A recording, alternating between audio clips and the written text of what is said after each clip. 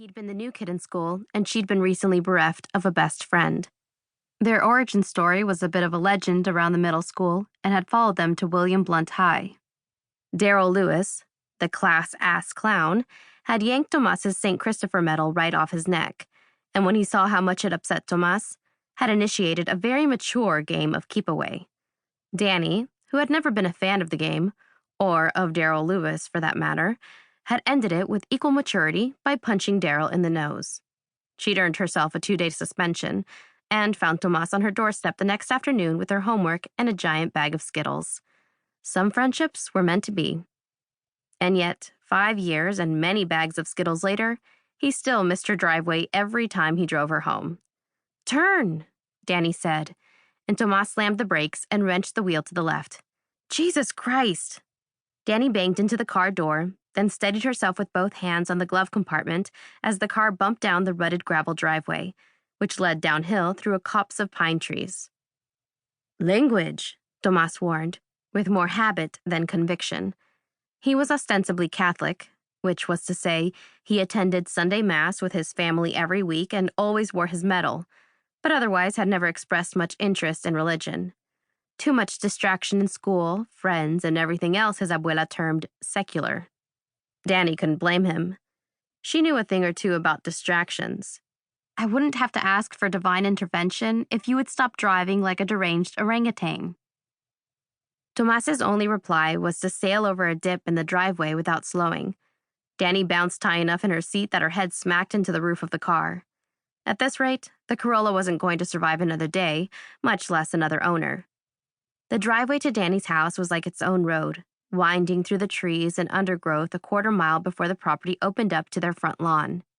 Thanks to a wet season, the grass was bright green, with neat flower beds encircling the handful of oaks that had survived her grandparents' landscaping 50 years ago when they built the house.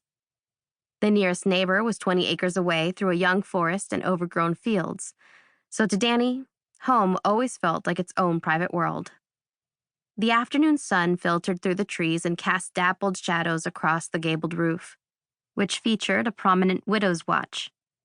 It had always seemed an incongruous detail for a farmhouse built in the middle of the Smoky Mountains. The whitewashed front porch, with its handmade rocking chairs from the local Cracker Barrel and a wind chime that Dani's older sister Eden had crafted in the 2nd grade from broken glass bottles, conjured Southern living visions of hot summer nights sipping sweet tea and watching fireflies, neither of which her family had ever done. "Thanks for dropping me off." Dani unbuckled her seatbelt as the car rolled to a stop and hefted up her bag from the floorboard between her feet. "You need a ride tonight?" "No, Eden got roped into dinner with some family friends, so the Jeep is all mine." Cool. Tomas tapped an absent rhythm on the steering wheel as he peered through the streaky windshield at the house. All the curtains were drawn, which wasn't unusual, even in the middle of the day. "Need help with your bag?" "Do I need help with the backpack that I've carried every day by myself for years?" Tomas shot her a glare, and she laughed as she pushed open the door and slid out. Her shoes crunched on the new gravel that her parents had trucked in last week. The gravel, supposedly, was part of the normal upkeep of the old family estate, but Dani and her sister both knew it was to impress these family friends her parents were so excited and tight-lipped about.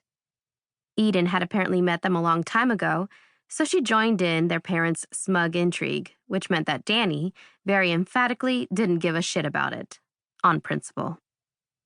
"Don't worry," Dani said, leaning down to meet his eyes. "Eden will be around all summer. I promise I'll help you stalk her later." Tomas had been crushing on her older sister ever since he'd first laid eyes on her, which Dani didn't understand, but also didn't mind facilitating. It kept Tomas happy, and Eden would never so much as give him a second glance anyway. "You're a true friend. See you at the bonfire." Dani shut the door and waved him off. She took the front steps 2 at a time, her backpack slung over one shoulder. She found her mother in the living room, balanced on the back of the couch with a duster in one hand and a half-full glass of what looked like her favorite rum and coke in the other. "You're late." Her mother didn't glance down. She was laser-focused on whatever dust bunny she was chasing along the top of the bookshelf. She rose up on her toes, one leg extended behind her like a ballerina, and stretched gracefully to swipe the duster across the farthest corner. Then she straightened and dropped